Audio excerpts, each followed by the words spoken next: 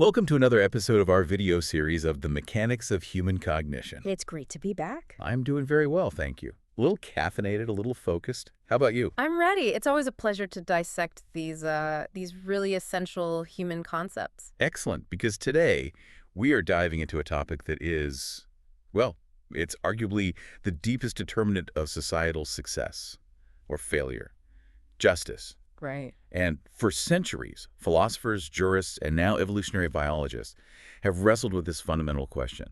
Is our sense of justice truly universal? Is it something we're born with, or is it just a construct, something we learn from culture? That is the core conflict, the question we have to try and resolve today. Our mission is to really look at the evolutionary origins of fairness, understand that critical difference between what's strictly legal and what is truly just. And what comes before justice? Exactly. The foundational elements, wisdom and compassion, that must exist before any functional system of justice can even begin. We're aiming to understand the underlying mechanisms that drive our profound sense of right and wrong. Okay, let's unpack this by starting right at the root. Biology. When we look at the animal kingdom, this instinct for fairness, it appears to be fundamental for a lot of social species, not just us. It's an ingrained mechanism. This instinct for equality isn't some high-level cognitive trait reserved for humans. If you look at social mammals, especially primates, when a perceived unfairness occurs, they don't just accept it, they actively protest. And the evolutionary argument for this innate sense is, well, it's incredibly robust, isn't it? If this mechanism didn't exist, the long-term sustainability of any cooperative species would be impossible. Impossible, exactly. Cooperation is built on trust, and trust is built on predictability and, fairness. If individuals feel repeatedly exploited, they just withdraw cooperation. The group fragments, and survival rates plummet. So fairness is a prerequisite for cooperative survival. It's a non-negotiable prerequisite. It's not just theory either. We can see this in computational evidence today. These simulations the data scientists run, they consistently show that groups made up purely of selfish individuals are unstable. They fail almost immediately. And what's counterintuitive is that systems where every single individual is completely altruistic also struggle. They lack the necessary tension to deal with external pressures or resource scarcity. They become too brittle. So what's the combination that survives, that thrives? The only system that remains stable over the long term is one dominated by cooperative, pro-social individuals, people who look out for each other, but balanced by a small, necessary minority of selfish individuals. Why is that minority necessary? The pro-social majority creates that mutual protection, but the minority provides just enough internal challenge to keep the structure resilient, adaptive. But the foundation of it all must be that expectation of fairness. The classic example that illustrates this perfectly is the Capuchin monkey experiment. This one always comes up because it's such undeniable evidence of an innate protest against injustice.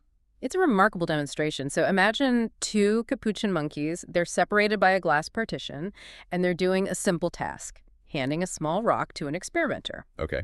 And at first, they're both rewarded equally. They get a piece of cucumber, a perfectly acceptable food for them. They accept it, they eat it, everything is fine. Right. But then the switch occurs. They both perform the exact same task, hand over the rock. But now one monkey gets the cucumber, and the second one gets a sweet, highly desirable grape. And the monkey who got the cucumber, the inferior reward, reacts not with hunger, but with moral outrage. Precisely. The monkey rejects the cucumber, throws it back at the experimenter, sometimes violently shaking the cage or hitting the ground. The response is this visceral protest against unequal pay for equal work. They weren't comparing the taste, they were comparing the transaction. The transactional value, exactly. This proves the mechanism is hardwired.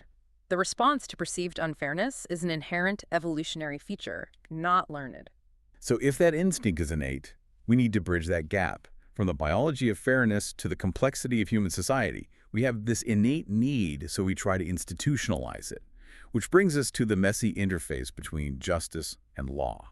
And they are very different things. Society develops systems, laws, ethics, judicial frameworks to satisfy this deep-seated biological need. But here is the critical distinction. The technical structure of law is often fundamentally disconnected from the deeper requirement of true justice. In other words, what is legal is often far from just. Can you maybe elaborate on that? The difference between just following the rules and moral justification. Law is technical compliance. It's a set of rules, clearly defined, intended to create order, predictability. Justice, however. Justice speaks to a deeper sense of moral acceptability. It's existential. Think about a corporate example. A company legally finds a loophole to avoid paying billions in local taxes. That action is technically compliant with the law, but the public outcry, that feeling of moral violation, proves that the action is profoundly unjust. That makes perfect sense. The law provides order, but it often fails to deliver that genuine societal satisfaction. Or take a more personal example. Let's say your friend is in deep distress, facing financial ruin, and has to sell their home immediately for a third of its value. If you buy that house at that price, the transaction is perfectly legal. All the paperwork checks out. But no wise person would ever call that transaction just or morally acceptable, because you've exploited their vulnerability for immense personal gain. The law validates the paperwork, but society condemns the conduct. That gap is where all the social friction begins. And that's it. True justice is achieved when all parties feel genuinely satisfied. Not just that they complied with rules, but that they were treated rightly, without being cheated or oppressed. Laws frequently fail to achieve this emotional, this existential function. Which is why we see so many protests. Exactly. Protests over minimum wage, corporate banking, things that are entirely legal, but are perceived as profoundly unfair. This really suggests that justice isn't the starting point. It has to be the result of a higher, more sophisticated process. Absolutely. Justice is an outcome. It is derived from what we can call right allocation or true compassion. And this is where we have to introduce the prerequisites of wisdom and insight. Right allocation. That is a much clearer way to phrase that powerful, often mistranslated concept. How does that translate into action? Well, the term for this deep sense of compassion, it stems from the idea of the womb. It doesn't just mean feeling sorry for someone. It fundamentally means to give every entity what is rightfully due to it based on its nature and its need.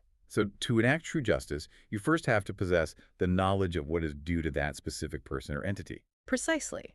To show compassion, and therefore to enact justice, one must possess deep insight or wisdom, the profound understanding of the needs, the rights, the context of the recipient. Without that critical insight, compassion is blind and justice is impossible. This leads us directly to the common trap of confusing equality with justice. We hear demands for strict equality all the time, but that can lead to the deepest oppression. Oh, seeking blind equality often results in the greatest lack of compassion. It fails to recognize the inherent differences and unique needs that exist. Let's use the well-known cartoon analogy, the wall. The one where different people are trying to see over a wall to watch a game or something? Yes. If you aim for strict equality, you give everyone the exact same size stool. Now, if the people are of varying heights, the tallest person benefits most, but the shortest person still can't see. The aid was equal, but the outcome was profoundly unequal. And, crucially, unjust to the shortest person. They received equal aid, but the system resulted in oppression because their unique needs were ignored. The tallest person didn't even need the help. So true justice isn't about blind equality. It's about equitable balance, optimal fitness for each part of the system. The foundational hierarchy is non-negotiable. It has to flow from wisdom insight to compassion right allocation, and only then to justice. If you bypass the first two steps, you just get a legalistic outcome, which often feels like oppression. Let's pivot to systems of authority. Historically, why have transcendent belief systems, religion, deep moral codes been so central to shaping our sense of justice? Why not just rely on human consensus? Because humans recognize their own fallibility. We understand our interests conflict, our judgments are swayed by power or emotion. So societies have traditionally sought a transcendent authority to provide the moral weight needed for self-control and societal order. It provides the ultimate, unchallengeable mandate for right action. It does. This explains things like divinely sanctioned kings and even modern practices like swearing oaths on holy texts in secular courts. We're appealing to something universal, something beyond the power of the state, to give justice its weight. Yet when we look at our modern legal systems, they seem overwhelmingly complex, fragile. They're often organized without that simple foundational philosophical anchor. And they become a massive, confusing, contradictory patchwork quilt. The problem with systems based on technical compliance rather than core wisdom is they constantly need repair. If your foundational philosophy is simple and robust, you need fewer, more flexible rules. And when that wisdom is absent. Lawyers and legislators are forced to create endless articles and amendments to plug every single loophole that self-interest exploits. It's an unsustainable cycle of complexity. This brings us right to technology, which is changing how we define rules and compliance. Where does artificial intelligence fit into this complex structure of justice? AI is the undisputed master of knowledge, what we can call ILM, transferable measurable data, facts. If we structure law as a pure system of algorithms and parameters, then AI can execute it faster and more consistently than any human judge, right now. That sounds like a powerful tool for procedural fairness, sure, Yeah. but also incredibly dangerous if the initial parameters are themselves unjust. It is the ultimate risk, because AI fundamentally lacks insight, what we call Irfan. Irfan isn't data, it's understanding causality. It's knowing the why something happened, the moral weight behind an action. AI cannot perform the most critical function of a judge, the struggle for fairness. You mean that judicial struggle, the internal wrestling match to make sure justice is actually done? Precisely. That is the complex, sometimes painful internal process a wise judge undertakes when data is conflicting, when rules are inadequate, when power is trying to exert influence. It is the act of resisting simple compliance to uphold true justice. AI cannot struggle against its own programming. So the danger is that if we automate justice with AI, prioritizing efficiency over wisdom, we will get decisions that are legally sound, technically compliant, and yet profoundly unjust. Which creates catastrophic social instability. We're already seeing what you might call technological feudalism, a system where the few who own the algorithms, the masters of ilm, profit immensely while contributing disproportionately less. This is upheld by systems that are technically legal but morally bankrupt. We've circled all the way back.